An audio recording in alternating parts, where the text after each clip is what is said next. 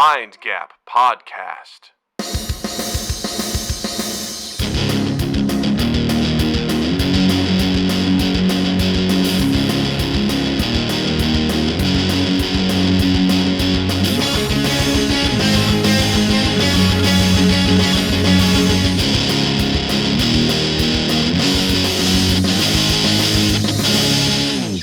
Everybody, welcome to My Gap Podcast. I'm Doug. And I'm Justin. And Doug, if you could write in a name on the ballot next November, who would you write in?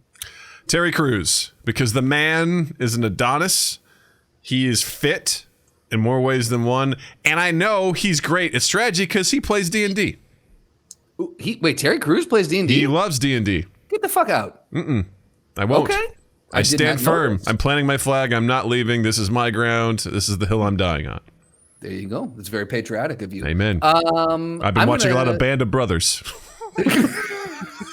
Well, there you go. Timely. Have you finished it yet? I've already seen that first season. Good. I'm rewatching it because I'm sad.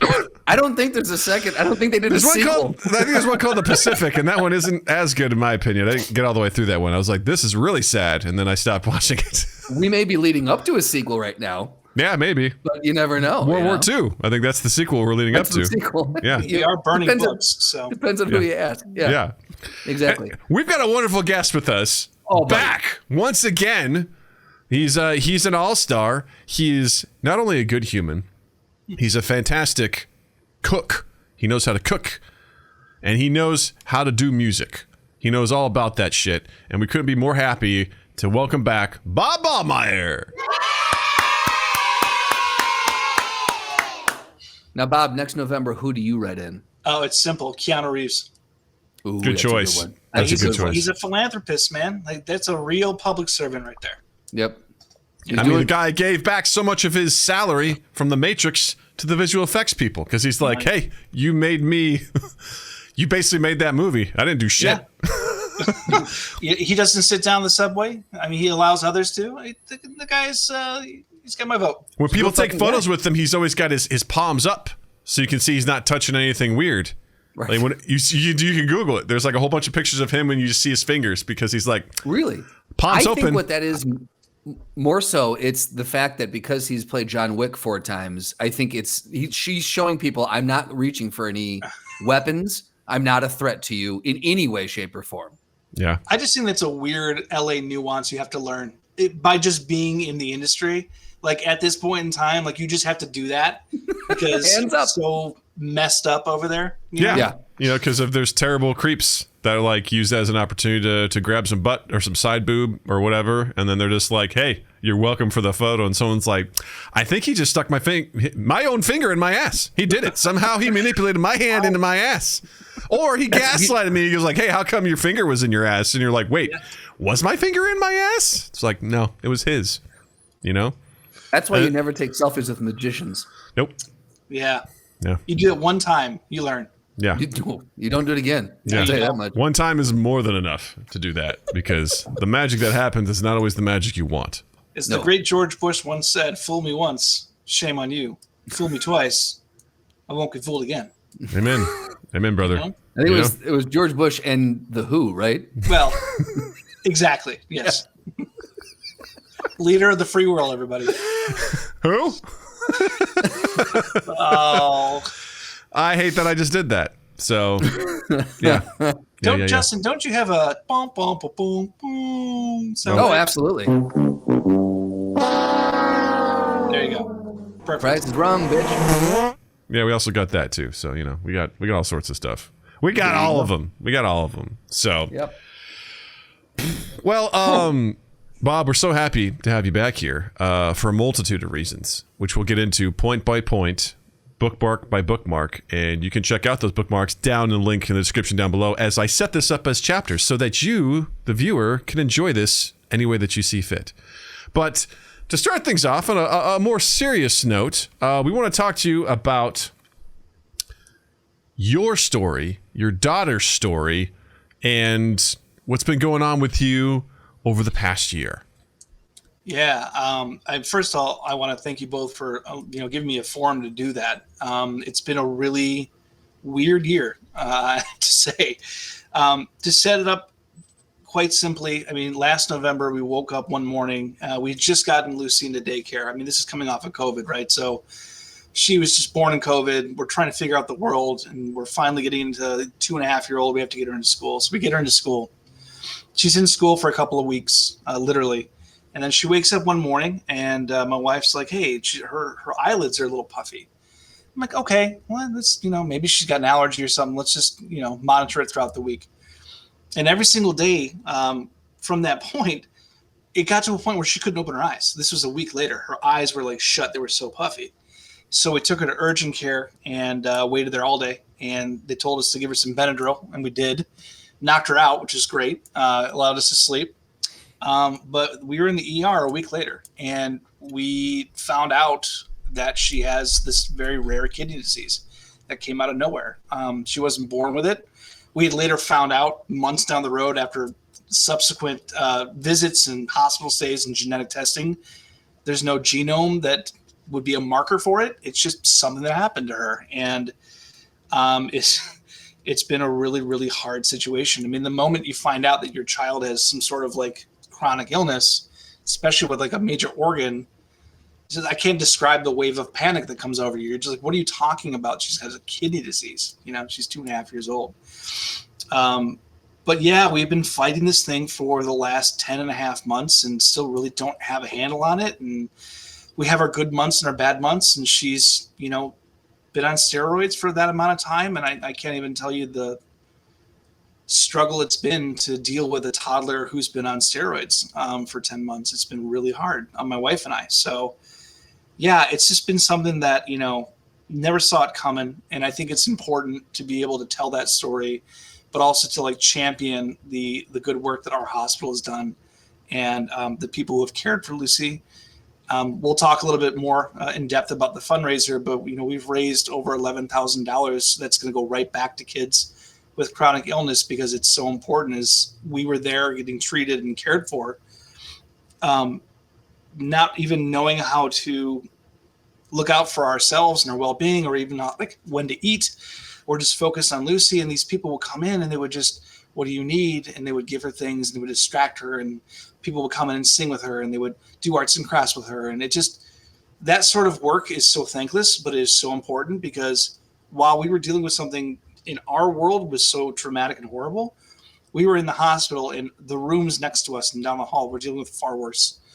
So it's just so important to like think about there are angels that literally watch over these kids and how important it is to give back to them because it goes unnoticed and it shouldn't. So that's kind of why I wanted to come on here and talk to you guys, and I appreciate that. Well, yeah, thank you for sharing and letting us know about that and all the listeners about that too. I've had minor things compared to you where, when Natalie was a baby, she had a fever of 103, and I was like, what's happening to her? And she was just like laying in my arms, just like staring at me like, oh my God, please fix me. And I was like, right. I don't know what to do with her. And she's just like, she was so hot, like a tear would just come down her face, but she wasn't crying. And I was like, oh God. And by the time we got her to the doctor, she had been fine. We gave her some medication. She was cool, but that was a horrifying moment.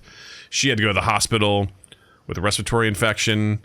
And I thought, oh my God, what's going on with this? And it's like, she's got asthma. It's just like, I had a moment of that, of like in my heart of like, okay, I'm at the doctor's office. So like, we have to call an ambulance. And I'm like, what the fuck? And the only time I've ever ridden in the ambulance is with her. And, they're putting her in the stretcher and everything. And I'm like, be cool. And I was like, hey kiddo, all those ambulances you've always seen on the road? Well, you get to ride in one. And I've never ridden in one as like they're kind of wheeling her away. I'm like trying not to cry. I'm like, oh my God, I'm so scared. I was so terrified. And they got her in the ambulance. And the EMTs were like, hey. And they gave her like a little stuffed animal. They gave her a stuffed bear. And she's like holding on to it. And they're like, what are you going to name it? And she was just like, she was such a champion throughout the whole thing. But that's your worst fear as a parent, is my child's in trouble and I have no agency. I have no control over this. Yeah. And I don't know what to do. And I can only imagine, I can't, that's the only thing I can do is imagine what you and your family has gone through over the past 10 and a half months as you've tried to combat this. And my heart goes out to you guys, because goddamn, like I'm assuming it's just one day at a time, Yeah, one day at a time, and sometimes it's week by week. We have our good weeks and bad weeks. Lucy's condition. I do not want to make this comparison because it's not cancer, but there are a lot of things that relate to that disease where like you compare it to, right? So there's no cure, there's a remission, right? Some of the medications, it's not chemo, but it is labeled a chemotherapy. So it's not cancer because it's not going to take her life, right? But at the same time, it's very scary because you really don't know what you're dealing with. And it's really challenging because, Doug, as you call out, like you're learning on the fly, you're learning minute by minute. And like in that moment, your entire focus is on the kid. And it's not until like way after you have a second to breathe and like, okay, that's passed, and let's move on to the next thing where, you can finally, count a win or two and try to prepare for the next thing, So and like my point to all that is like what I've been saying this entire time, and what I'm championing for this fundraiser is that no child should ever have to deal with illness. It's heartbreaking. It's super challenging. And any parent out there knows that like anytime they get a scrape or they sneeze, like you're automatically concerned, right? Maybe not at like 10, but you're always going to be concerned. And my heart goes out to my fellow parents who have to deal with this sort of thing. And it just should never be a thing that any kid has to deal with. It's just horrible to see, Yeah, for sure. Would you be comfortable telling what the actual condition is that she has, just to kind of shed some light on it? Yeah, for sure. And I'm going to embarrass myself because 10 and a half months later, I still can't pronounce the actual entire disease. She has what is called a form of FSGS. It's focal segmental glomerular sclerosis. Okay, that checks out. I know you said it perfectly. It's really I can't. The mouth doesn't work when you try to pronounce it. Fundamentally, here's the problem: is that Lucy's kidney is able to function fine. The only problem is that she cannot filter protein.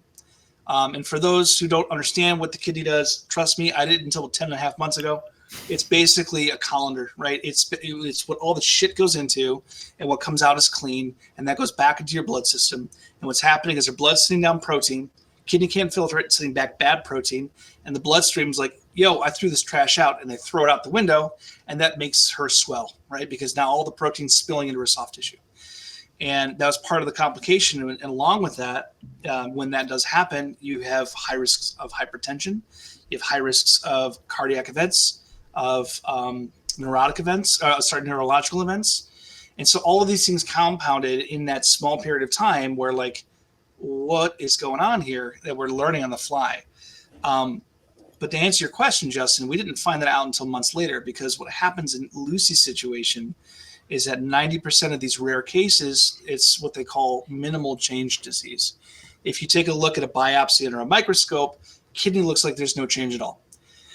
So what they do is they throw high dose steroids at you, and 90% of the time you're fine, you're good.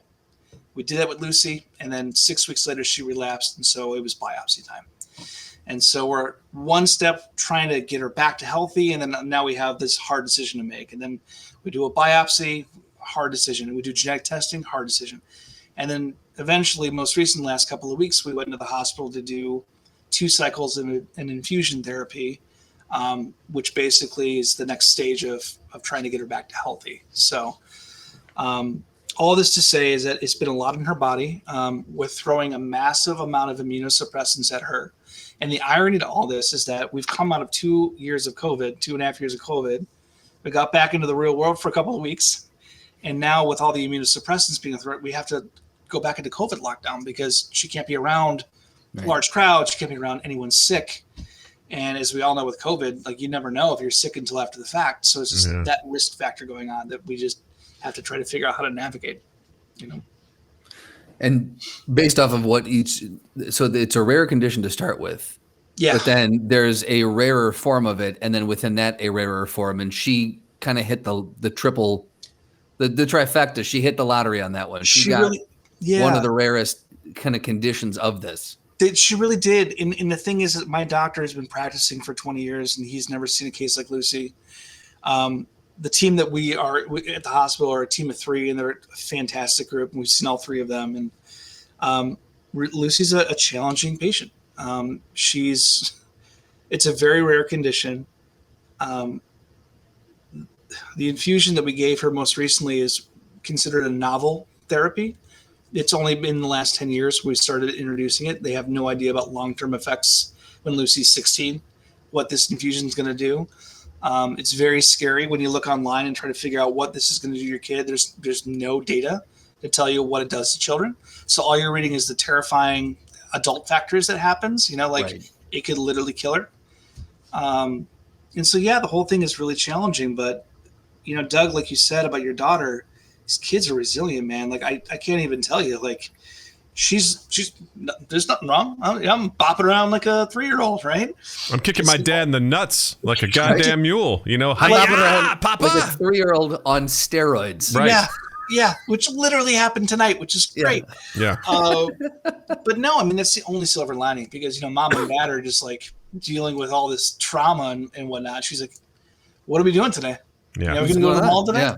Yeah. There's nothing worse than when your kid is sick and then they don't act like themselves because you're like, something's really fucking wrong here. Like right. They don't have the energy. Yeah. They're not as silly. And you're like, fuck. If they're like coughing up, I mean, they could be coughing up blood, but if she's still making jokes, like tonight, I came down to, like put the dish away before I came up to record and she was sitting on the counter and I just I mess with my daughter all the time. I just locked eyes with her and I slowly started walking towards her and she was just like, oh, do you want to get in this cabin? And I was like, no, I'm here for you. And I grab her by the side. She goes, stab. And she made it like a stabbing motion, said stab into my stomach. And I was like, oh, and I just fell over.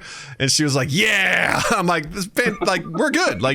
She could be like, barfing up blood. But if she goes that, she's like, ha, I got you. I'm like, you're still good. I know you're going to be okay. Because you're acting like yourself right now. And that's awesome. That's what I'm here for. When she's just laying there incapacitated or can barely move or doesn't have energy, I'm like, there's something fucking wrong with you. Right. We got to fix you. I need to fix this and I don't know how. I don't know how to do this. I'm scared, but I got to let you know that I'm not scared because then you get scared and, I've got to be your rock. And, that's the only thing where I start breathing a sigh of relief is when she has a respiratory thing that will kick up every now and again. We don't know if it's asthma or not, but she'll get sick and then she'll just all of a sudden have her blood oxygen levels will just dip really low. And we're like, oh, fuck. And because that's what took her to the hospital. She's gone to the hospital a couple of times with that. And I'm like, shit, she's having a hard time breathing right now. Why? And we can't figure it out. And someone's like, it could be asthma. It could not. This could just be a thing that happens now and then goes away and then maybe it comes back. We don't know. And I'm like, awesome. This is cool. We have a breathing machine with, we have asthma inhaler with her at all times just in case because we just don't know. And, it's a real treat. Being a parent is awesome. If you haven't just, had unprotected sex with someone yet, gang, now's the time. If we're not selling it, I don't know what is. All right. I had one of those moments, and this was when we were in the ER for the first time, and it was one of those moments where I had to make a joke just because I didn't know what else to do, right? Mm-hmm. And when Lucy was getting her ultrasound on her lungs, it was just my wife and I in the room, and I turned to her and I had tears in my eyes rolling down. I'm like, and you wanted kids. And I'm just like, what a shitty thing to say. But it was the only thing I could think of to bring some, alleviation to the moment. But it's so true. If anyone out there is listening and you're kind of on the fence, do yourself a favor and don't. Just don't. Listen to yourself. Yeah. But it is beautiful because if that's the thing you go through, and there's a lot of things, and Doug, I'm sure you can relate to this, to watch them grow through whatever challenge they're going through and just to see them just fucking champion that. It's amazing. That's my kid and they're owning it. They're doing it, strong as hell. I'm proud of them. The pride that you feel when you see your kid overcome something. You're like, tonight it was math. Tonight it was math. It was math dealing with, Mia throws 3 darts at a dartboard and there's a 4, a 2, and a 1, and all 3 darts hit. How many different scores can she get? And Natalie was just staring at it, just furious and fuming. I'm like, all right, what's a combination? And she would do one, look at me like I did it right. I'm like, okay, what's another one? And she started being like, you're fucking kidding me, right? There's more? I'm like, yeah, there is. And she's like, that has to be it. And I was like, well, let's break this down. What's the least amount? What's the lowest score she could possibly get with this? And she's thinking, and she's like, 1? I'm like, no, not 1. Cause she, I'm like bringing it, I'm showing this. I start telling her, I'm like, there's a range. The lowest she can get is 3. The highest she can get is 12. What's the question asking you? What are all the possible scores she can get? It's not the combinations, it's the scores. I'm like, look at all the scores you have so far. And then we just started filling in the blanks from there. And when she was done, I was like, give me a fucking high five. And then we did another one that was just like kind of complicated word problems. And I was like, so proud of her as she's just thinking through it. And, when we played Monopoly again, over the goddamn weekend, I said, do you want to play Machikoro or Settlers of Catan? She goes, Monopoly. And I'm like, fuck it. That wasn't an option. I got 2 hours we need to to kill. work on your listening. I got 2 hours to kill. Let's fucking do it. And that was another moment where I was like, God, update, gang. Monopoly still sucks. Sucks. I won this time, and I used it as a battle. Like I had to just, So at one point early on, I was like, God, this sucks. We have no one has anything, whatever. And I was about to do a trade with her and be like, I'll give you a Monopoly. You give me a Monopoly. And I was like, well, fuck it. Let's wait. Let's see what happens. I ended up getting 2 Monopolies without having to trade. And I was like, all right. And then all the properties got bought. And I was like, I'm going to win this game. It's inevitable that I'm going to win this game. She cannot win. She cannot beat me. I just started building up houses and hotels, and she wasn't fucking landing on any of my goddamn monopolies. I was like, this game fucking sucks. So it was just a game of 7. Well, didn't land on it this time. I had 2 monopolies she never landed on. Never fucking landed on any of the spaces. Had them on most of the game, never landed on it once. I was just like, this game fucking sucks. 8.5 hours later. This game fucking sucks. I'm going to win, and I hate this game. I'm just rolling the dice. But I'm like, this is about her learning math. So this is what it's all about. I also wanted to teach her because early on, she was like, I have so much money, and you don't. I go, the dice giveth and the dice taketh away, Natalie. You should do well to remember that. And by the end of it, she didn't have no money left. So what I'm saying is, yeah, you should have a kid so you can fucking beat them up in games. So you can make them feel less than you, as it should be. They got to learn. And the way I look at it is it's better you learn from me than some other asshole in the world teaching you about this. You know? Yeah. We played this game Spider Hack, and she has yet to beat me in it. She gets sad sometimes. She's like, I haven't beat you. I go, you're going to beat me one day. I'm 40. My hand-eye coordination is only going to go down. Yours is only going to go up. You're going to hit your peak, and I'm going to be an old man, and you're going to kick me into the dirt, and I will be so... I go, when you beat me, do you realize how happy you're going to feel? How excited you're going to be? I go, do you know how happy I'm going to be when you beat me? I'm going to be so fucking proud of you when you finally are beating my ass in this game involving digital spiders that can get rocket launchers and lightsabers and shotguns and grenades. And when you beat me to 20 points, I'm going to be so fucking proud of you. It's going to be great. You're going to feel it, and I'm going to be celebrating you the whole way, but I'm not going to make it easy for you. You got to earn that win. You got to earn that win because it will mean so much more. She's doing that shit now with, stuff at school. She showed me an app tonight. It was challenge. It's guess the number. It's between 0 and 10. She's like, I want to pick. I was like, what are you in kindergarten? Come on. I go, do the medium one, 0 to 100. She's like, I'm like, okay, you can do it. She failed. But that's not the point. The point is you need to challenge yourself beyond your limits. Yeah, I know you can guess between 0 and 10 in 3 or 4 guesses. That shit's easy. 0 to 100 is more difficult. Negative 500 to 500, that's the hard level. She's like, Dad, you do it. And I was like, watch me. I got it. I go, did you know there's numbers less than 0? She goes, what? I'm like, right. What's this? This is why math sucks. Yeah. Because it keeps taken from you. Because then you had to remember, I go negative 225. It's greater than. I'm like, oh shit. Okay. Greater than means that it's less than negative. It's it's closer to 0. I had to remind myself. I'm like, wait, how does this work? I am not looking forward to the day where I've got to sit down and do math with Lucy. I'm just not. I hated math. I'm bad at math. I'll be the first to admit that. I'm going to make her dumb. I just know it. You're going to be fine. Fail. You're going to be fine. You just have to remember, you have to ask him, okay, so how did you learn this in class? Because I know how I'm going to solve this, but I don't want to confuse you because the way I learned it is not the way you're learning it now. So I'm more concerned because there's going to be a point where I'm like, kid, I cannot help you with this. I'm out. Right. My dad did the same. My dad taught high school math. And at one point I was going to him with stuff. He's like, dude, Doug, I haven't taught this in years. You're going to have to go to your teacher. And I was like, fuck, I thought I had like an in here. I had a guy on the inside, the inside track for math. And he's like, I give up. I'm like, no. That gravy train ended, man. That's it. That's the stuff I'm going to be like, I think I'll be good with algebra. But once we get beyond algebra, I'm like, I'm out. Papa's out. Geometry? Nope. Trigonometry? Nope. We'll get you a tutor for that. Yeah, I was like, yeah, you have to ask your. She keeps telling me how she wants to be a scientist. I'm like, I hope that's true. I hope you have those skills because I didn't have those skills. Doug, once she gets into like advanced calculus, you just send her my way. Yeah, I'll help her out with all the word listen, problems. Here's a camera. Once you see what that looks like, let's go record that and then bring it back to your dad and have him help you edit. Hey, Natalie, what's going on? Oh, you're on calculus now? Hold on 1 second. I put her on hold and go, it's happened. And I hit send or I hit purchase on Amazon and all these art supplies make their way to your house.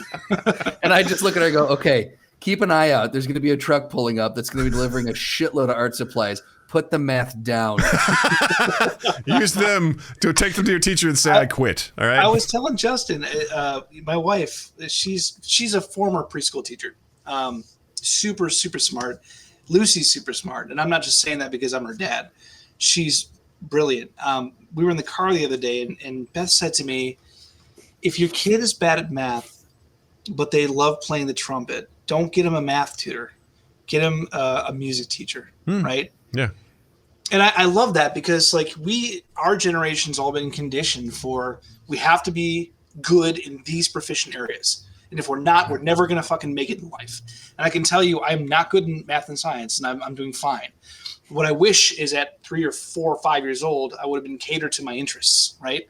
And 100%. I think that's really important to make sure that these kids understand it's okay to do what they want to do. It's more about the holistic structure of supporting them in those areas. They're going to grow up to be just fine. You know, whether or not they excel in math or not, they're going to be fine. That's such a great point. I saw a video the other day of a guy who goes, this is kind of a tough one for parents. He goes, but I don't care if my kid gets good grades in school. He goes, I didn't design the school. I didn't design the curriculum. I didn't make the tests. I have absolutely nothing to do with that. If my kid cares, then I will care because that's my job as a parent is to care what they care about. It's like, but, and I'm kind of the same way. I was like, you know, when you were growing up, if you got 3 A's and a C, what were your parents most concerned about? The C, right? They weren't like, wow, look at these 3 A's. You're fucking killing it in this. You know, they were like, no. This C, we got to get this up. It's like, yeah, but it's chemistry. It's like, I don't give a shit. Your GPA is going down, man. You got to get that shit up. And I want to care as much as it matters in the sense of like, you know, again, if Natalie's really focused on that and really cares, and I'll tell her like, listen, if you were gung-ho on going to college and you want to get to a good college, unfortunately, this is the fucking shit you're going to have to jump through to get through to that. But if you want to do something else, this is important to be exposed to this and to try your best. As long as you're trying your hardest, I will never be mad at you. That's the one thing my dad said to me that gave me peace. He goes, can you tell me that you're working your hardest? Because remember, I had to send a slip home for my dad to sign because I got a C. And I was like, I had to do it. And he just goes, are you trying your hardest? I go, yeah. He goes, then what ess can you do? He's like, there's just going to be some things you're not going to be good at. And that's okay. I was the same way. That was such a huge weight off my shoulders to hear that. Because I was also at the stage in my life where I'm like, it wasn't like, oh, cool, I can just not do good. It was like, no, I truly, he could tell I was upset and I was really trying hard. And he's like, hey, if you're trying your best, that's fine. Yeah. You're not going to be a master of everything. And I think that is the thing that got implanted in my head, which is like, you got to be good at everything. You got to be good at all. Look at this kid. He got straight A's. He must be amazing. I'm like, I mean, I don't know. Maybe not. Does he have a podcast that tens of people listen to every week? I doubt it. Does he have a fart soundboard? I doubt it. Highly doubt it. Highly doubt it. Does he have a community of awesome people in a Discord that you could join? Link in the description down below. I doubt it. Did one of them create their own board game that we're going to play soon on a stream? Yeah! Did that guy do that? I don't think so. Technically, I didn't do that. I just facilitate the community. Whatever. Point being, I'm okay. Fuck you, chemistry. You sure you're good, man? I think so. I'm a little worried about you, dude. No, I'm great. Yeah, I agree with you. Like the idea, the pressure we put on kids, and not only that, but that was the state of the world when we were kids. Yeah. The state of the world is infinitely different than it was back then. My daughter has an iPad that she gets to have with school. We didn't fucking had that. I can't even say words. Did you hear those last two sentences? Those were a fucking train wreck. You know when you read something and the You first tried and the your last, best, Doug. Did you I? did. You know when you read Dad? something and the first and the last letter are right, but the whole rest of the word's jumbled, and your brain just puts it together. Yeah. That's what just happened now, Doug. You knew We what I understood where you were. You knew exactly what I was saying. Yeah. Yeah, I remember I was learning how to type in DOS. And DOS programs with giant floppy disks to load the programs. And then my 8th grade year, we got this thing called Windows. And we were like, whoa, there's a mouse. Yeah. And the internet existed. And I was like, wow, this is how you watch porn. Crazy. You know, Let's go, LimeWire. This is what a virus is. Oh, wow. And so Natalie's just literally like that. Natalie's like, check out all these apps that I have that are math related that I have access to. Check out this thing that teaches me about Egypt, lice, racism. Like, I'm like, holy shit, you have access to a wealth of information that I was like, do we have the encyclopedias that I can go and use to look up shit? You know? It's like, it's a whole different world. And the idea too that, you know, my parents are like, you're fucking going to college. All right. That's going. And I'm glad that I did. But I look at Natalie, I'm like, do you need to? I don't know. Valid question now. Honestly. Do you need to? Do you want to? You know? I remember in high school, people always say, like, I took this course and I never fucking need to learn that. The most valuable class as an elective I ever took in high school. Guess what that was? Hold on. Home ec. No, but that would have been absolutely valuable. I was like, because I bet cooking, that's where it started. No, you come from a cool Italian family. That was probably already in your blood. So that was my already grandma's there. a tough bitch. Yeah. No, it was a keyboard typing class. It was how to type. Yeah. Interesting. And like at that time, I mean, this is like 1998, right? So like I just got a keyboard for the first time 3 years prior. And it literally is the skill I use every single day. Typing on a keyboard. Yeah. Right. Not math, not science, typing. So true. I remember in high school, I had a friend that was like a chicken pecker. Like he didn't pay attention. He kind of messed around in those classes. And he's a Hague. Yeah, exactly. Yeah. I don't want to assume, but I mean, I could have guessed. No. Hague, we love you, but we all knew it. Guess what? Bob got on before you did. I think that I remember he was like had to type up this like poem for literature class. And his mom's like, you can't go until you do your homework. And I was like, he wrote it out. I was like, you just need to type this up. He goes, yeah. I go, fucking move. I just go. His mom goes, you're not doing his homework for you. I'm like, no, you already wrote it. I'm just typing it up. And I'm like, cool, we can go. Let's go, Mark. And we just like, but he didn't. Absolutely not. I'm looking at porn. Totally different. But I agree with you. I agree that those are the things that, you can see it now. I went to get my car fixed the other day and I watched this older gentleman like trying to type stuff and he was doing the chicken pecking. I'm like, oh, damn, you got left behind. And I would argue what that thing is right now is AI. And if you don't know how to use AI, you're going to get fucking left behind because that is going to be the thing that takes us into the next stage. It'll be like knowing how to type. It'll be like knowing how to Google. It'll be like all that sort of shit. And if you don't know how to do it or don't understand it or don't know, because also it's got shitloads of pitfalls. There's every grifter in the world that's like, check out my AI program that can do this shit for you. Mm-hmm. It's like, you got to know, you got to understand it. And I'm one of those people that I'm like, you got to do that. And I still really need to know it. Like I keep telling myself every day, I'm like, take some time, dive into this, get to know it because that shit it's fucking out there, man. It's right there. It's right now. It's in our house, guys. It's right here, right now.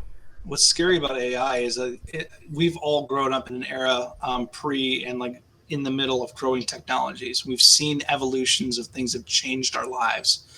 AI is scary because in a short amount of time, it's almost like an aggressive bell curve, right? Starts here and then exponentially grows really fast. And in the last couple of years, we've already seen that, and it's only going to skyrocket more. The more it gets refined and it gets utilized and implemented.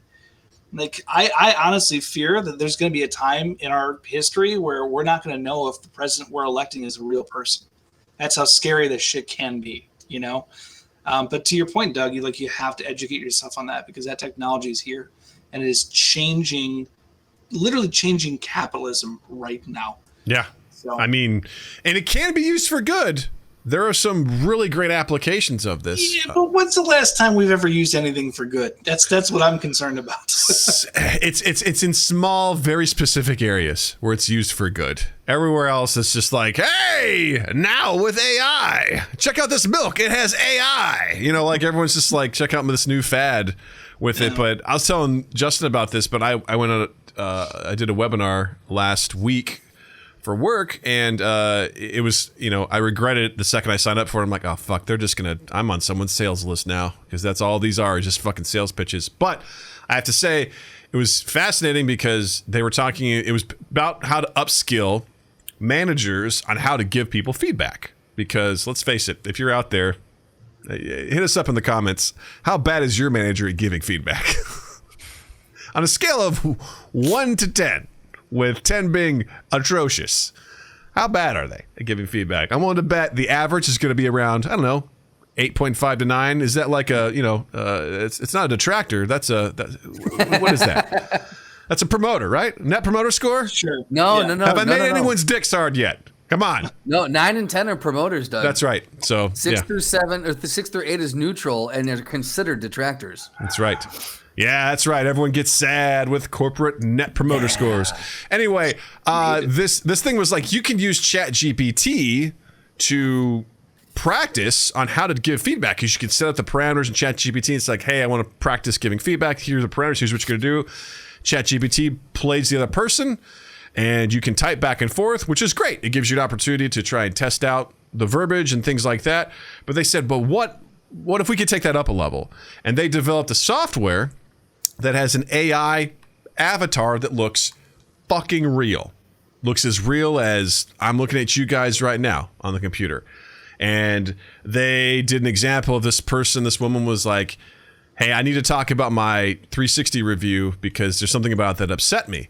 And you then have to talk to this person. You have to hit a button and say, yeah, great. Let's talk about it. You know, come on to my office. And then that avatar will react based on your tone, based on what you say. And what was really funny about this was, as this guy was explaining it to us, he left the program running. So the avatar was sitting there, you watch her breathe. She has normal mannerisms. And then the longer she goes, hey, I'd like to talk about my 360 feedback. And he didn't say anything. And she just sat there, and you could tell she was getting more and more anxious, because it would be no different than you sitting in a room with your boss and being like, hey, I'd like to get some feedback on this. And they just stare at you and they don't respond. And you're like, she started like crossing her arms, and there's like an emotion meter, and she was literally reacting to the fact that you were not responding. It's bizarre. Yeah. And this thing will grade you on what you said, like how did that affect their emotional response?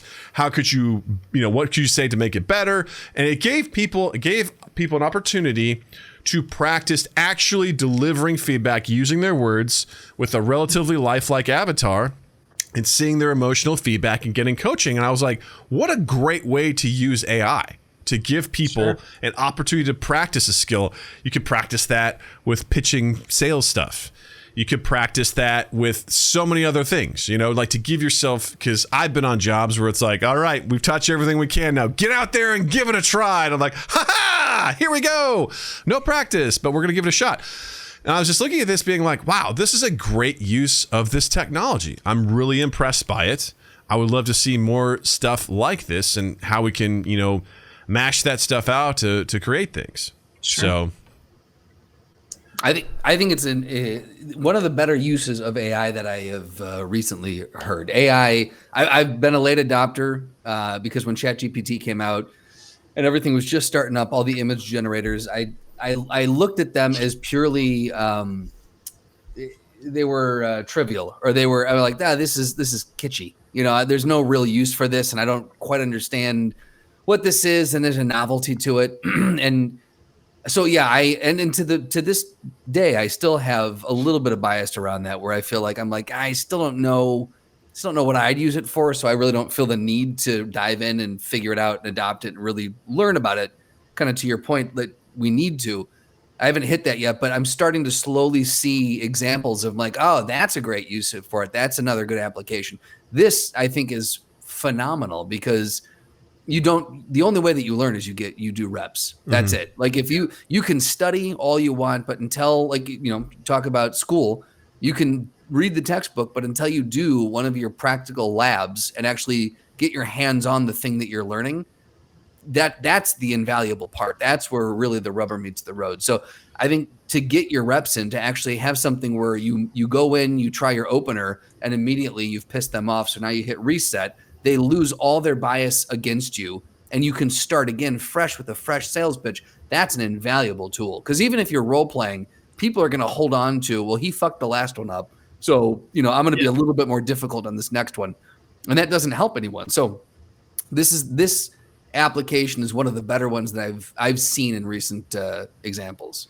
I think it's to me, and not to be a cynic, I really do think that as we see this technology grow and being further implemented, it's going to come down to monetization. I mean, we're going to see the trend of it in the most impactful areas. It's going to raise the most money. And I don't know what that is. It's a myriad of things at different sectors that you can classify, but that's the bummer for me. Is like we've created some of the most important technologies of our existence, and what it's going to come down to is how we can monetize it and we can use it to our advantage. Yeah. And it could be maybe hopefully in a good way. But I mean, history has proven that usually it's not. And so that kind of bums me out. And I'm worried to see where that actually lends itself to. This might not be a popular opinion, but I definitely think that the government should put regulations in place to kind of gatekeep that and to prevent these sort of things. We're starting to see it this election cycle where they're putting restrictions on AI technology in political campaigns, which I believe is an absolutely good thing. They should also, limit the amount of money private donations go into that, but that's a different topic. Yeah. But we haven't seen like technology regulations in our nation in 30 years. The last time they kind of came to the table was in the early 90s, but the internet was a new thing. So I think there's a lot of work that we need to do to make sure that it's being, put in its lane, so to speak, not running wild. I am hopeful in the fact that most of like the top people in the AI world on the business side are meeting with the government regularly to discuss regulations. Even people like who are like neck deep in this are like, yeah, this should be regulated. Like, I hope so. I do.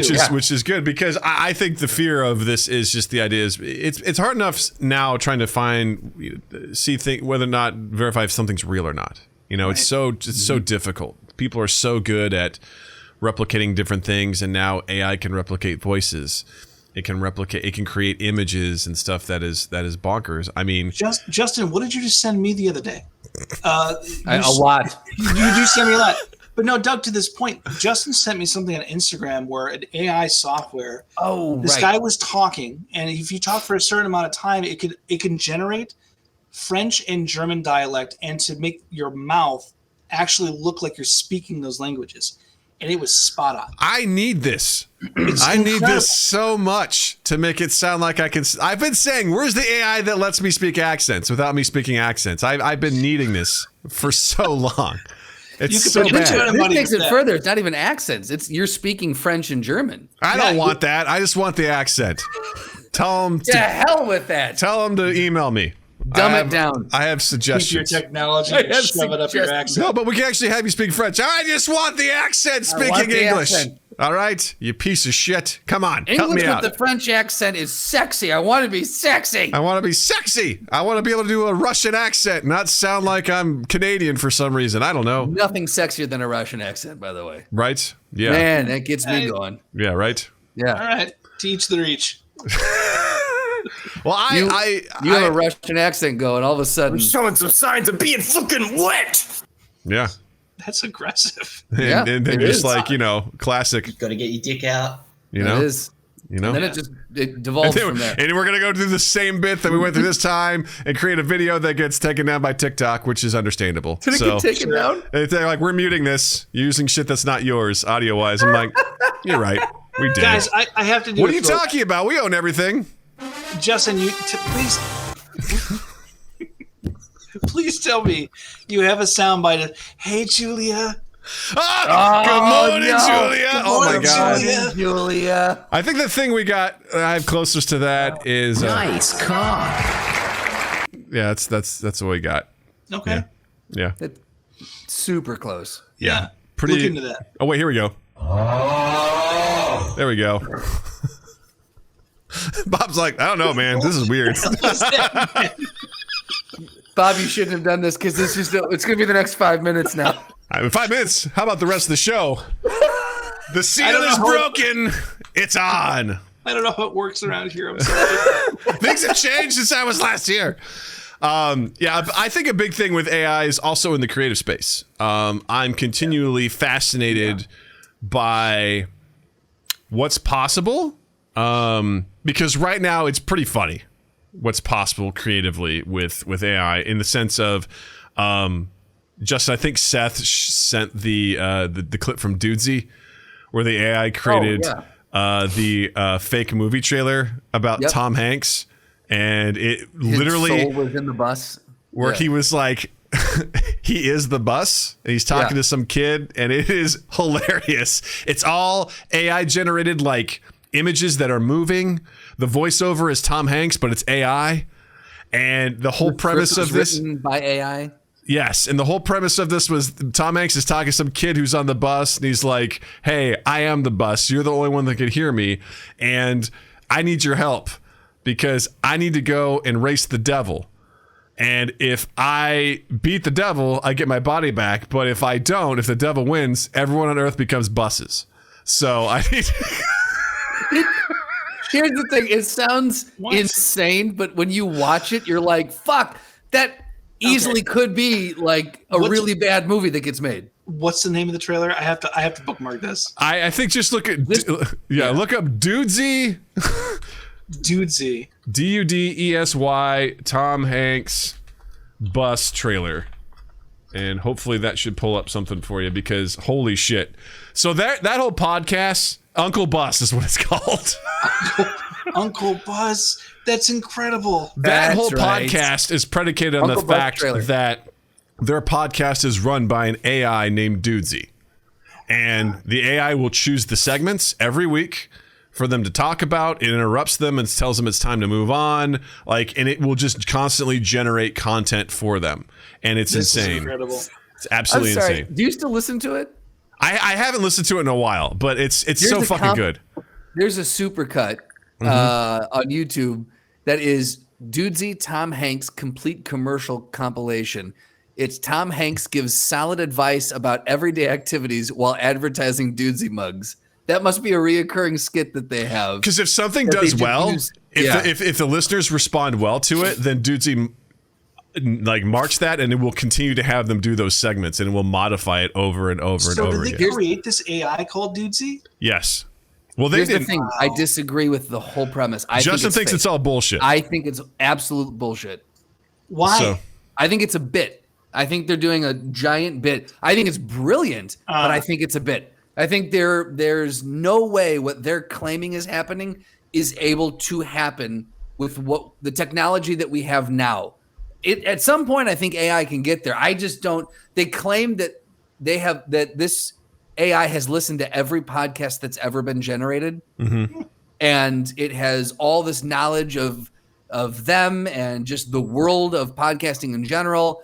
And it will tell them when segments are up or when to start a different segment. It will give them run list or run orders show running orders, and it gives them tasks to complete and all this other thing. I just call bullshit. You don't think it's there? I don't think it's there. Yeah. At what point does Tom Hanks' camp come out and sue these guys? I mean, there's nothing to do with them. It's AI generated. Like, that's a great question. Sue AI. So this is the problem. This is fundamentally the problem. Yes. Taking someone's likeness and creating new content without their consent. I mean, that's a very slippery slope. Yeah, absolutely. And I mean, that is kind of the crux of where we are in a creative world of when does it's bleeding over into, well, I generated this in like an AI image generator, or I'm using this as like an inspiration, or, there's, I don't know. I don't mind it as like a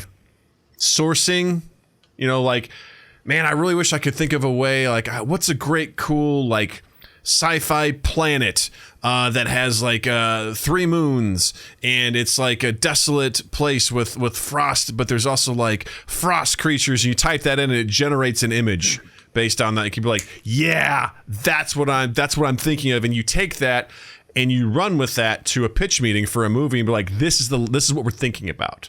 Like building for a scene, like for storyboarding, or for an artist, it's like, I need some sort of inspiration. Just type in something random, be like, cool, I love that. That's going to give me my jumping off point for moving forward. Or if you're like me and you're like, hey, I want to create images for my D&D campaign so people have something to look at while I just, barf words out of my mouth. I'm like, this is what this character looks like. And they're like, ooh. I'm like, that's right. Cool too. That's cool too. Yeah. Yeah.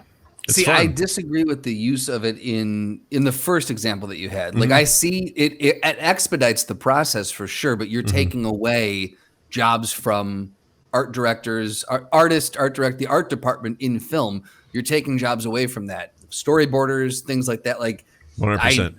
I disagree on that. Yes, it could be used for that, but I disagree on that use. Now, if you're using that to generate something that you're going to then, like, if you're not replacing someone, I'd say use it. But if you're using it to replace someone's job, that's where I think it starts to get real dicey on any level. Yeah. Yeah, I definitely I would need more information to make that determination. Because let me give you an example. Go ahead, Bob. Let me give you an example. So I want to say that I understand slightly about what's going on in Hollywood. Part of what is on the table and what people are striking about, if you're a walk-on or if you're an extra, these big studios want you to sign a waiver. So if you're going to be an extra in some movie, they can use your likeness and auto-generate it for all of eternity. They pay you a flat fee and say, thanks for coming.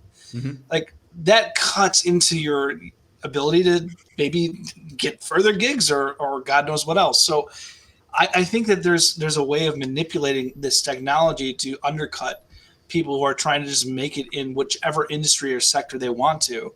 The music industry is no different. I see the same issues in that sector as I see in Hollywood now, so. What do you mean? How so when it comes to music? Well, I think, like, if you think about it now, the music industry has really stripped back and really have leaned into technology. Actually, is like early as the 70s, right? Starting to kind of undercut musicians and use synthesizers and computers to generate sounds, auto-tuning, right? You don't have to be a singer anymore. You can just plug something into an algorithm and it can pump something out for you. And so I see that there's going to come a time where, this visceral face doesn't actually have to be a human being. It can just be, an entity. You're never going to know who this is. You can go to the show and you're not going to know if that person's on stage, but AI is going to generate all of these albums and they're going to be able to quantify what popular music or whatever, they want to pump out and make a ton of money. I mean, people will pay if it's a good song, they're going to pay it. They're going to go see shows, I see that is going to be the next thing that's going to really take over that industry is AI. Are you suggesting that Taylor Swift is AI? No, she's definitely not. And that's pretty clear. I thought Bob's like, no, she's a bitch. Listen, that took a turn. I'm gonna get some flack here, man. I'm just not a big. I just don't get it with Taylor Swift. I'm with you too, man. Like, listen, if people like her, congratulations. Sure. I'm not shitting on her. It's just, listen, I lump her in with the Cubs and Dave Matthews Band. Like, they seem like they're good. Dave Matthews. They seem like they're good, but their fans are super obnoxious. you know, and yoga, and people that like yoga, the yoga industry. That's just, I'm like, I like what you do. I've done yoga twice this week. When I'm done, I'm like, fuck, I feel really good and limber, but I hate everything about like, the culture. I did yoga. Center yourself with earth. I'm like, I can't. Are you a yogi? I'm like, just tell me what we're doing for the stretch. All right, I don't need you to tell me like find my heart and just tell me what we're doing. Like, namaste the fuck away. You know what exactly. I mean? You know, so same thing like with Taylor Swift fans. I think they're a bit rabid for my taste. Totally, man. It's overdone. Again, I'm with you. If you like her, awesome. I personally don't think she's talented, and I don't get it, but I'm neutral with it all. I think it sounds like she puts on an incredible show. She's keeping the American economy alive, so kudos for that. But if you're like, you know, a bunch of Natalie's friends' parents were like, we bought tickets for the movie of the concert. I'm like, I'm not going to that one. I'm out. Yeah. Jill gave in and was like, I bought tickets. I'm like, good. Oh, you guys have fun.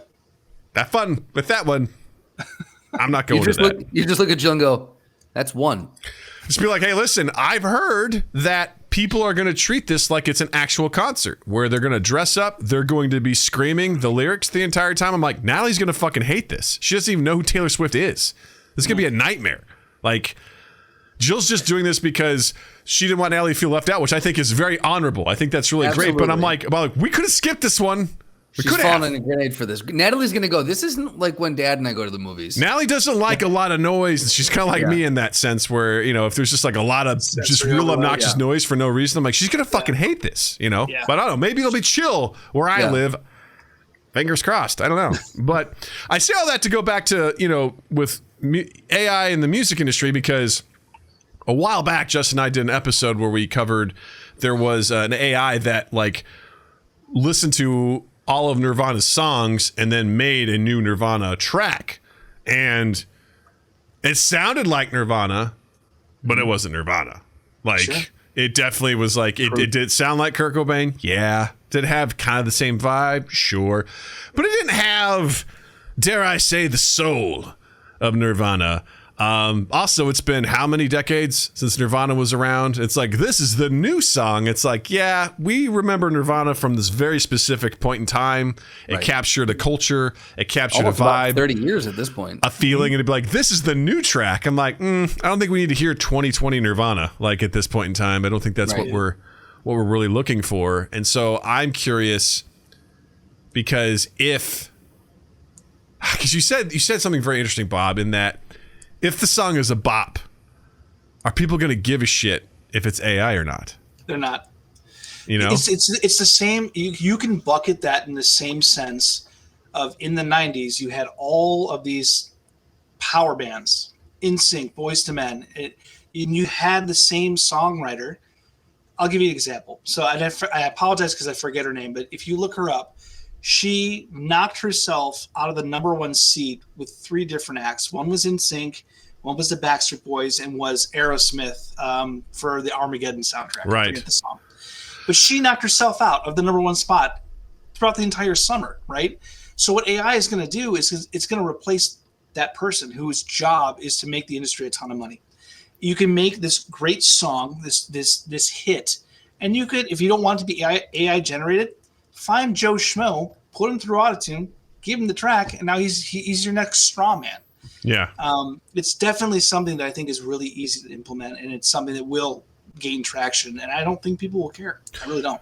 Well, I mean, also, because you compose music, you are a musician and all sorts of stuff like that. I mean, you going back to the technology piece, I was telling Justin about this in our pre-production meeting, but there was a video of this guy. He does regular videos where he's given a type of song to make, and he starts a timer, and he just starts jamming away on the on the hotkeys for the program that he's in. He looks like he's hacking the mainframe.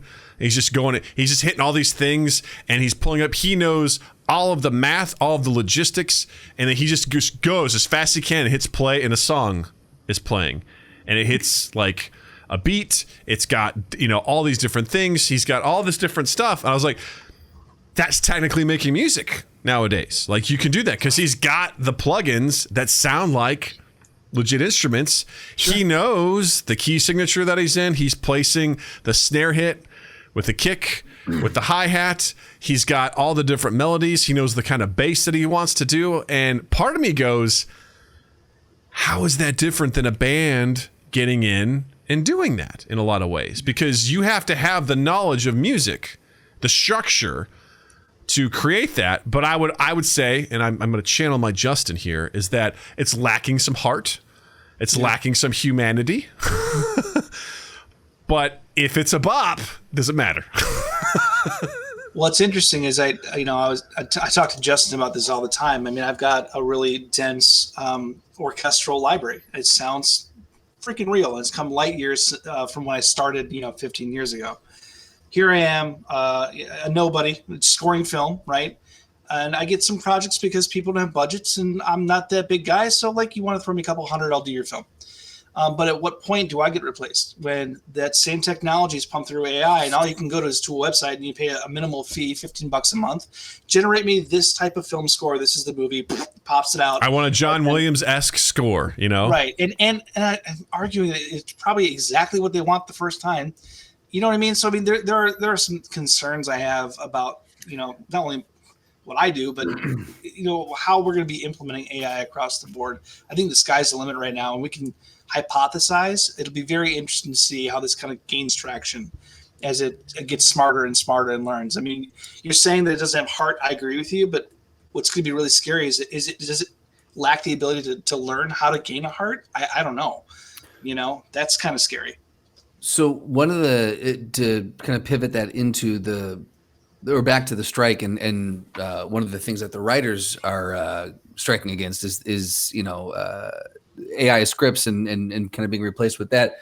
There was, and I'm not gonna do it as eloquently as he did, but there's a writer I follow on Instagram, and he had a really great argument on this, kind of to that end, where he talked about, when we turn something into the studio, we get notes back, and some of the things we accept and some of the things we push back on. And all those things that we push back on, some of the things we win and some of the things the studio wins. But that pushback is what generates better ideas and what generates creativity. And if everyone's sitting there arguing that Hollywood has no new ideas, do you think AI is going to produce new ideas? Or is AI going to shit out the same exact script every time because it's done calculations? And do you think AI is going to push back when the studio gives notes? No, they're going to type a prompt in and it's going to make the adjustments, no questions asked. And so he's like, if you think that AI is going to deliver better movies, good luck. Because who thinks AI is going to make better movies? Where's the person that's saying that? Well, a lot of people are saying these writers just need to accept the future, and AI could fart out better scripts than that. So it's all the people that are against what the writers. It's everyone that doesn't know how to write, is what you're telling me. Yeah, right, exactly. He was saying to all the critics against that are saying, why the fuck are you striking? He's like again, those are usually the same people who are saying Hollywood's out of new ideas. He's like, well, get ready for the same fucking idea over and over. Are you kidding me? This is a utopia. They're like, study everything that made X amount of dollars at the box office in the past 50 years. What, based on trends and demographics and psychographics and everything like that. What's the story that's going to hit all these things? The thing that'll be hilarious is if, I'm assuming they won't knock this out of the park right away. And it will be abject failures, which will make them be probably pretty concerned about trying this if they were to pull this off. But the one that hits. Yep. The one, because they just have to get it right once. And when they do, everyone is going to jump on that and be Avatar 3. It was made on AI. We saved so much money because this thing did this and we blah, blah, blah, blah. But I'm with you, Justin, that creative collaboration is what makes this stuff happen. I just recently watched Bohemian Rhapsody, the Queen movie, and Freddie Mercury at one point, spoiler guys, he left the band, and yeah, right, he got this great big deal with CBS Records, and he was creating a bunch of stuff, and no one was giving him any pushback. And when he came back later to the band, he was like, you know what the problem was? I made stuff and they just said yes. They didn't fight me on it. And he was basically saying, I made shit. because no one said no. No one gave me rewrites. No one challenged me. No one made me think about it, which is also why we got the Star Wars prequels. Because no one told George Lucas no. Everyone's like, this is a great idea, you know? And have we not learned our lesson from these two examples of pop culture? No, of course not. And we will not learn. It's really interesting, Justin. You talk about, like, you know, you think they're going to make a better movie. I don't think Hollywood gives a shit. No. I think, to Doug's point, what they want to do is quantify and, like, get that data to tell me what's going to make the best thing and repeat it. We're already seeing it. Seeing it happen. It's costing millions of dollars to make that thing, you know, recreated in a different light.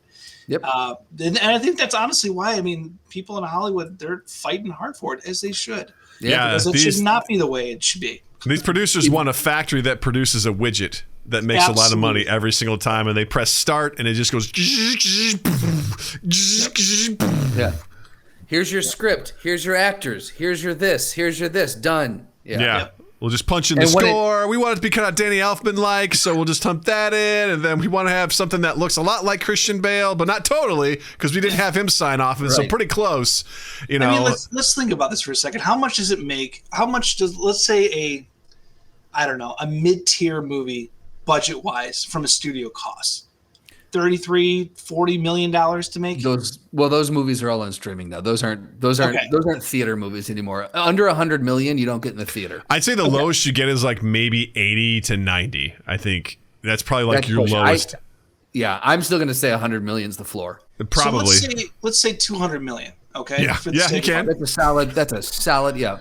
In this conversation, what we're talking about here, and I'm drawing a very large brush here. Yeah. Let's say we're 10 years down the road, and there are companies that have been able to quantify and monetize AI for $50,000 to $60,000 a project. You can go in and get your score, your script, your actors, and all you have to do is pay for production costs on the field. Yeah. Now you're talking about taking that $200 million production all the way down to $25-30 million. Right. Maybe even the production costs are reduced because it edits it for you. Right. You know? Right. Oh, absolutely. Yeah. It top to bottom, and now you're going to make $500 million, $750, $1 billion on that. Or someone could do the math on this, because the big risk now is if you make a $250 to $300 million movie, the hope is that you make $1 billion, right? Right. If someone's like, if we can spend $50,000 to $60,000 and we make $1 million, $2 million, the return on that ratio is outrageous. Yep. And they could be like, I mean, this would be like the streamers, just their wet dream. They're like, we could talk about infinite content. They could just fart out for just a minimal cost, you know? You know what they need to do is they need to fucking go to independent filmmakers then, because most of them have unlimited ideas, could make it for under 100,000 and could easily turn $1 million. That's nothing. Yeah, but then there's Jesus unions, Christ. Justin. But then they got to deal with unions, and they don't want to deal with unions. You know, they're difficult people. You have to deal with Zach Braff, and like, who wants to deal with Zach Braff anymore? You know, Right. Yeah. The unions are difficult. But I mean, Sure. Yeah, it's the unions are just driving us crazy. there's a reason why they buried Jimmy Hoffa. But right. But no, I mean, like, that's what we're looking at here, and I do think that, like, at one point, do no one give a shit about the quality that's being pumped out? That is my fear. The X factor. That is my fear. Is will 100%. The audience care? Because if they don't care, then the studios will see this as a success. Let's take the Barbie movie, for example. Massive success, undeniably successful. The studio's takeaway from this is like, we got to do more Hasbro properties.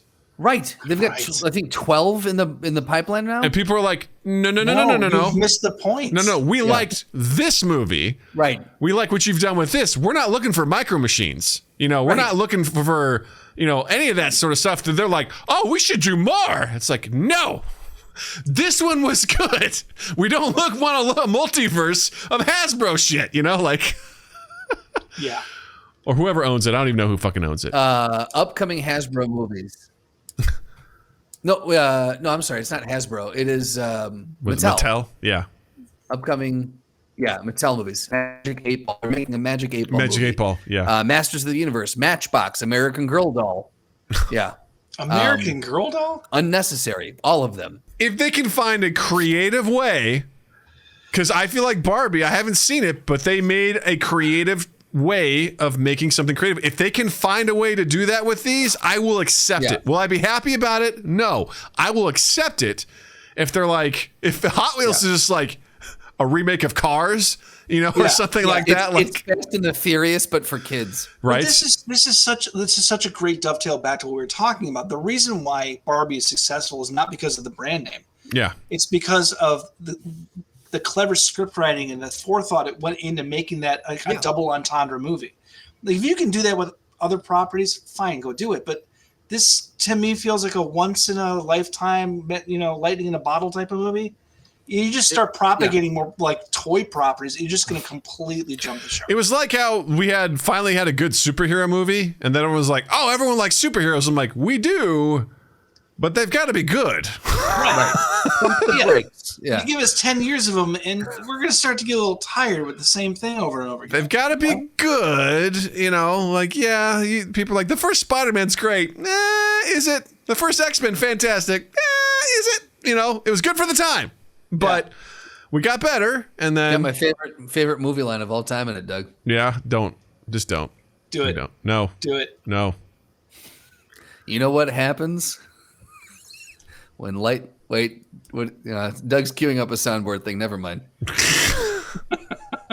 I don't want to be undercut. I'm just waiting. Go ahead, finish. That's fine with me. It's all good. You know what happens? Go ahead, Justin. When now I lost it. Do you know? No, actually, I have it right here. I have it right here. Strikes the toad or something. I have it right here. Did you know that squirt is pee? And did you also know that I don't care? That's the line. And on that note, you got the questions, we got the answers. All you do is ask. Practical.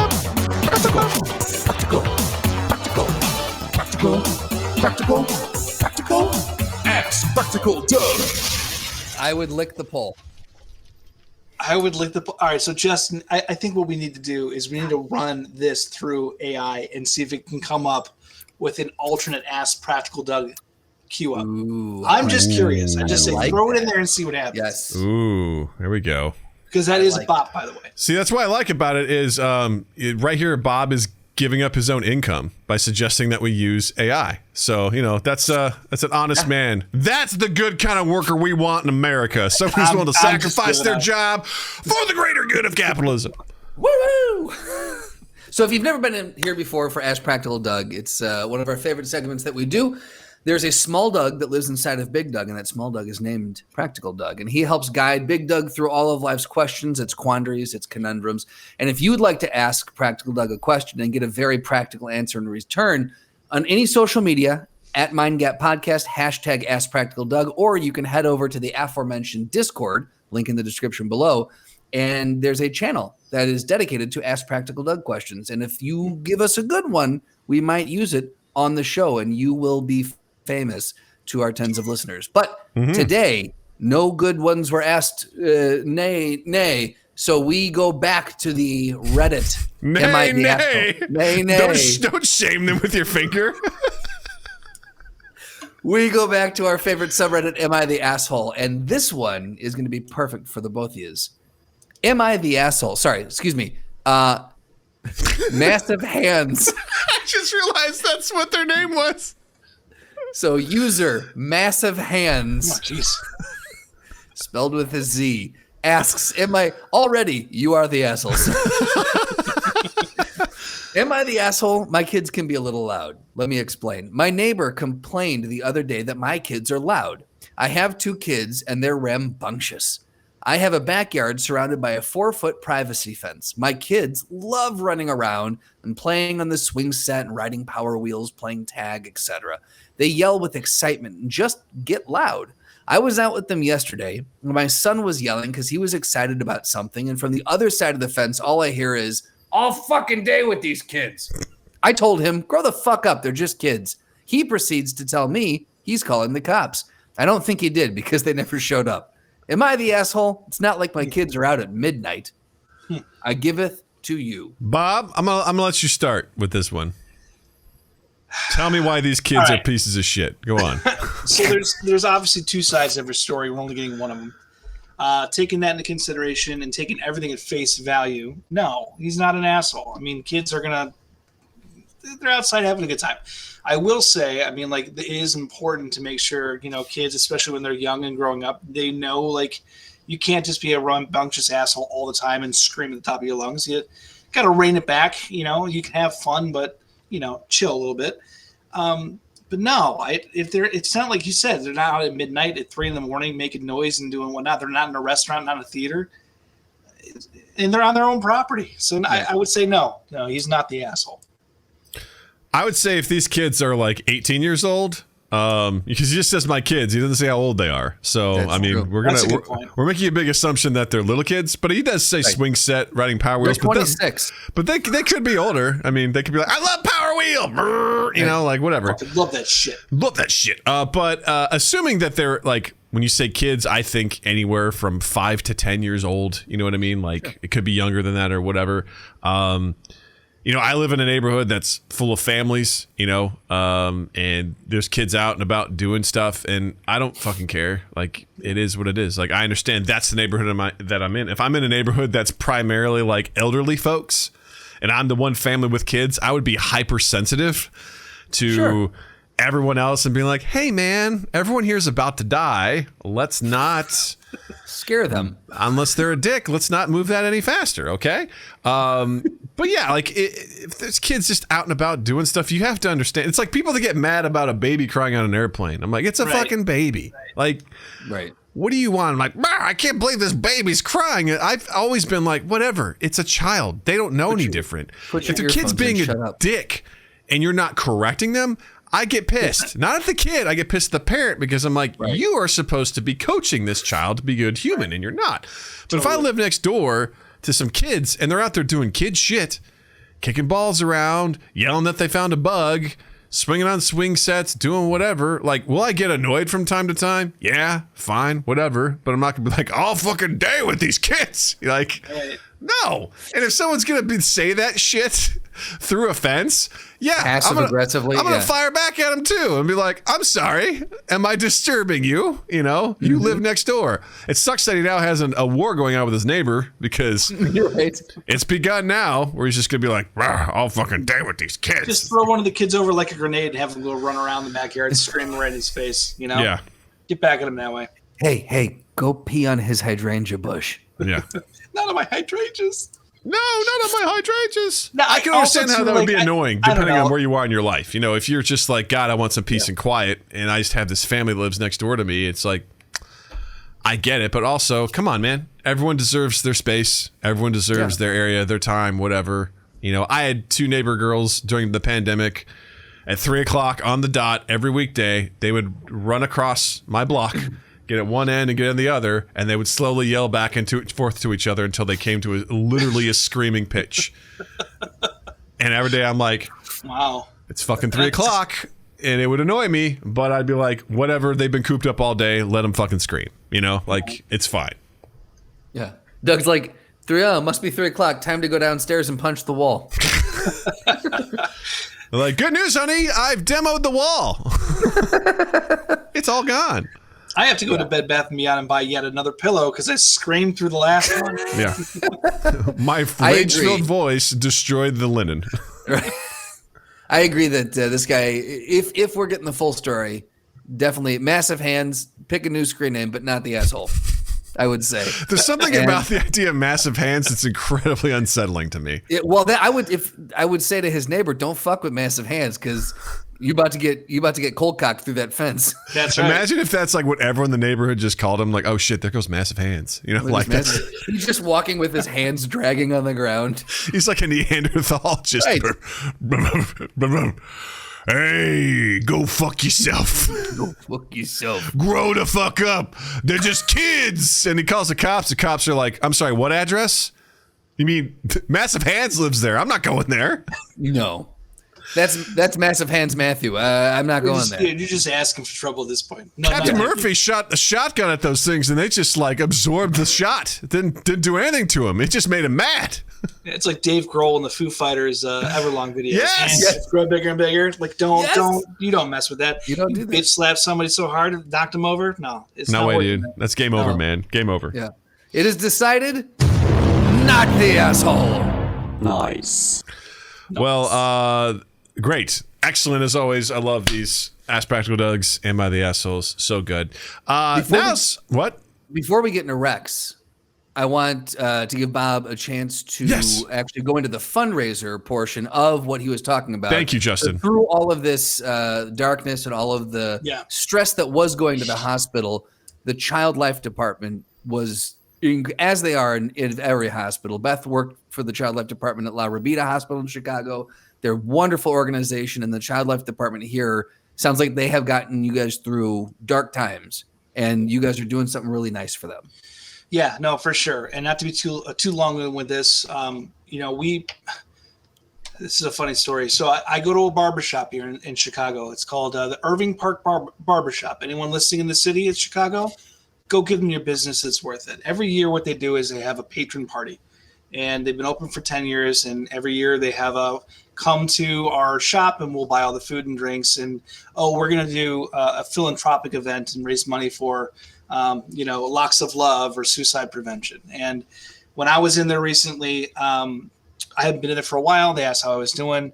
And I was trying to skirt the question, and they're being very direct. No, how's your kid doing? I told them the story. Broke them up. They texted me the next day and said, hey, we want to do the barbershop in Lucy's name this year. And I was very moved by that. And so I had to think about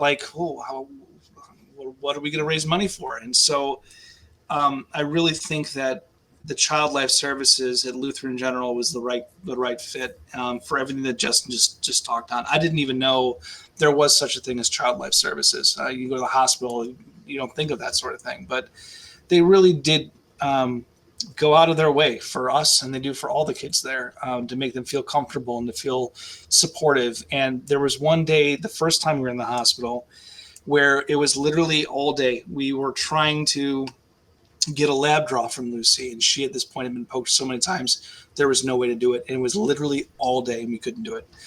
And I remember them coming in and consoling us and just saying, everything you're doing is exactly right. You guys are so supportive.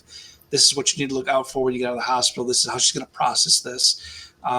Here's some literature on what's going on. It just the stuff you just never even thought of. And it's really important going through an event of trauma to have a support like that, because you really don't know what you're dealing with. And this team kind of insulates you, and they're like, I got you. I know exactly what you're going through. Here's how we can support you. Here's how we can support your kids. So we are raising money through partnership with our barbershop and through Advocate Lutheran General and Park Ridge. I will give you guys the link so we can put it down below. And so people could, if you wanted to, click on the link and donate. All the proceeds, 100%. We are not taking anything for us. They are all going back to Child Life Services. That's going to go back to helping these sick kids. So it's an amazing thing. We've raised a ton of money, and I think it's awesome. And I just want to keep going, and so that way we can keep raising money for these kids. So hell yeah. Check the link in the description. If you've got some funds, support it. $5, $1 does not anything. matter. Anything helps. Whatever you can spare, if you can, it means the world. And you're helping out people like Bob, families like Bob, kids like Lucy, and you'd be surprised when you're in that much dire straits how much a little thing like that can help. So find something in your heart and your mind, and throw some money down there. We'd appreciate it. Go ask the guy with the big hands down the street. I'm sure he's got a ton of money. Massive Hands supports Massive this. Hands. If Massive Hands supports this, then you should too. All right? You know it's a good thing. Yeah. Absolutely. Now, Massive Hands' neighbor, absolute asshole, does not support this. Don't be like the neighbor. Kids. Yeah. He hates kids, literally. Yeah, absolutely. I want to thank you guys for letting me come on and talk about that, because it's super important. So absolutely, man. Totally. Absolutely. Well, we wrap up the show like we normally do with Justin pointing at me. Yes, Justin. No, go. I said that you're like, now. You. Recommendations, things that we're watching, things that we're reading, things that we're listening to, things that you think people should check out. Bob, what do you think people should check out? What do you recommend this week to people? So, I mean, it's a little skewed. I'm kind of going what have I not watched and listened to in the last 15 to 20 years. So the first thing I'll say is it's kind of old hat, but if you haven't done it, please watch The Bear. It's just good TV. Fucking phenomenal. One of the best shows I've seen in recent memory. I'm going back and I've never finished The Sopranos. So I'm diving in there, and I got to tell you, that's good TV too. So check that out. I heard the critics said it was okay. You know, yeah, okay show. I kind of get why it had such a fandom back then. Like, I never watched the show, so I'm like, why is The Sopranos everywhere I look? I kind of get it. He fucking gets it now. I get it. This guy gets it. Fucking gets it. Justin, what do you got? I'm going to recommend. So look, I'm going to preface this with the idea of guilty pleasure. You know, we talked about this. No such thing, Justin. It's not a great movie, but I thoroughly enjoyed it. I think it's better than the third, John Wick Chapter 4. Really? Oh. I would say go watch it, because here's the thing. In Chapter 3, they already established he's superhuman of some sort. And so now that that's canon and you can just accept it, you go into this one going, let's kick some ass, Wick. And it is over the top insanity, and it is so much fun. And there was one scene that I literally had to close my eyes because it grossed me out so much. Really? I was like, I can't watch this. It's too much. And it wasn't a long scene. But you know what? I'm just going to give it to you. Bill Skarsgård, Pennywise grabbed a guy's hand, put it on a barrel, jammed a knife in between the middle and ring finger, and he goes, you have two options. You can pull the knife out, or you can pull your hand away. Or either way, I know what kind of person you are. He goes, one tells me, how do you say it? He goes, one tells me that you're in it for yourself, and one tells me that you're in it for the greater good. And basically, if he pulled it out and he's just for himself, he was going to get offed. And so he had to slide his hand back through, and you just watch the hand split in half. And I'm like, this is insane, and I'm kind of here for it. But does Keanu Reeves ride a horse in this movie? Because I'm not in. Yes, he does. 100%. Okay, I'll give you a quick thing of the opening too. It opens with him training, and then we smash cut to him in the desert riding a horse. I don't know how he got there. Beautiful. He's in New York. He's in the Middle East. I don't know how. No explanation. Hey, everybody. Right. Spoilers. Yeah. I'm not telling you how it ends with space vampires. I'm just kidding. I'm totally kidding. Like, you don't go to this movie for the plot. You go to this movie for the fucking action sequences. I mean, come on. 100%. Yeah. This is my Fast and the Furious. There you Car go. people, like this. I just like one dude kicking ass around the world. Doug, right. what do you got? All right. So, sticking with the theme of AI, I have made no secret that I'm a fan of Warhammer 40K. Absolutely love the story. I've played it one time on a tabletop. I've played several of the games. I just love the history and the lore of Warhammer 40K. Someone told me about this YouTube channel called Attenborough Lore. And AI, David Attenborough, tells you the lore of Warhammer 40K. And I swear to God, it sounds like David Attenborough is reading to you about fucking space orcs, about the space marines, about the fucking Inquisition, about the Tau. You will be enthralled by the lore of Warhammer 40K if you go to Attenborough Lore, and it is his voice. I swear to God, it is. Space orcs came down. It's like he nails all the intonation and everything. It is unbelievable. I was like, I'm just gonna listen to this 5-minute one on the Tyranids, and I'm like, this is so fascinating. I love it. So With good. their forelungs. Yes, it's like when the spores arrive in the galaxy, that is the first sign that the invasion of the Tyranids is about to begin. And you're like, oh my God. There is good. AI is for good sometimes, You can find the good. The fact that someone's like, what two things can we combine? That would be really fucking cool. It's like, hey, David Attenborough and Warhammer 40K. Bam, done. Amazing. Absolutely. Do yourself a favor.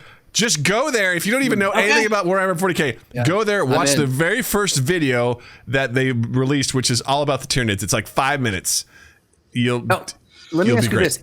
If someone is like, I've always heard about Warhammer 40K and I want to learn about it, does this give a nice summary of could a noob go there and actually learn about 100%. 100%. Okay. It goes through like the physiology of the orcs and why they are. It's like, what's the Death Watch in the Space Marines? And it fucking breaks it down. You're like, this is fascinating. They've elevated this to a level of like, you would assume that this is like we're studying Egyptian like artifacts based on the way that this guy talks about it. It's so fucking good. A foray into the Warhammer 40K lore as narrated by an AI of the venerable Sir David Attenborough. Yeah, phenomenal. And they have a Discord. Of course they do. Of course they do. Love it. Fantastic. That is my recommendation. I stand by it. It's fucking Good dope. one. So that's a good one. Bob, do you have any socials or anything you'd like people to follow you on? It's cool if you don't. I'm not really, but I do have an Instagram, which actually we've been using to promote the fundraiser for Lucy. It was private, now it's public because we got to do some good for the kids. So I'm at BobBob41 on Instagram. You can go to my page. You can click the link in my bio. You can go right to the site. It'll launch you there. You could read about Lucy's story. You could read about Child Life Services. And there's a very easy donate now button if you feel so inclined to. So please, again, let's give to those kids and let's help those kids fight those chronic illnesses. Hell yeah. That's what I'm talking about. You can also check out Mind Gap Podcast on all social medias. Actually, just TikTok and Instagram and Threads. All the other ones can go fuck themselves. You can find us there at Mind Gap Podcast. Also, check us out on YouTube, youtube.com/Mind Gap Podcast. Hit the like button, hit the subscribe button. That shit is free. And it works really great and helps us out. You can check the link in the description for links to our Discord, be part of our happy family. Also check links for, you know what? No, I'm not promoting the other shit. I'm promoting the link to Bob's stuff. Don't donate to us. Donate to the kids. That's what matters. That's what really matters. And be sure to check out Justin online as well. On Instagram at Justin_Michael, spelled Mikel. It's the fun way of spelling it. While you're in the online realm, any podcast app where you listen to podcasts, you can find us. Go ahead, subscribe, share, rate, review, all those things. The big one is sharing because it's caring. And then TwoEast8th.com and TwoEast8th on all social media. LoveAndImprovFilm.com and LoveAndImprovFilm on Instagram. Oh, yeah. Once again, Bob, thank you so much for stopping by. It's always great to see you. We love you. Love you guys. And all the support to you and the family and the kiddo. Love you guys. Thank you. Thank you for having me on. Of course. And Justin, I'll say thank you. Douglas, thank you. And I love you. I love you too. And listeners and viewers, I love you and thank you. And you all have a dandy fucking week.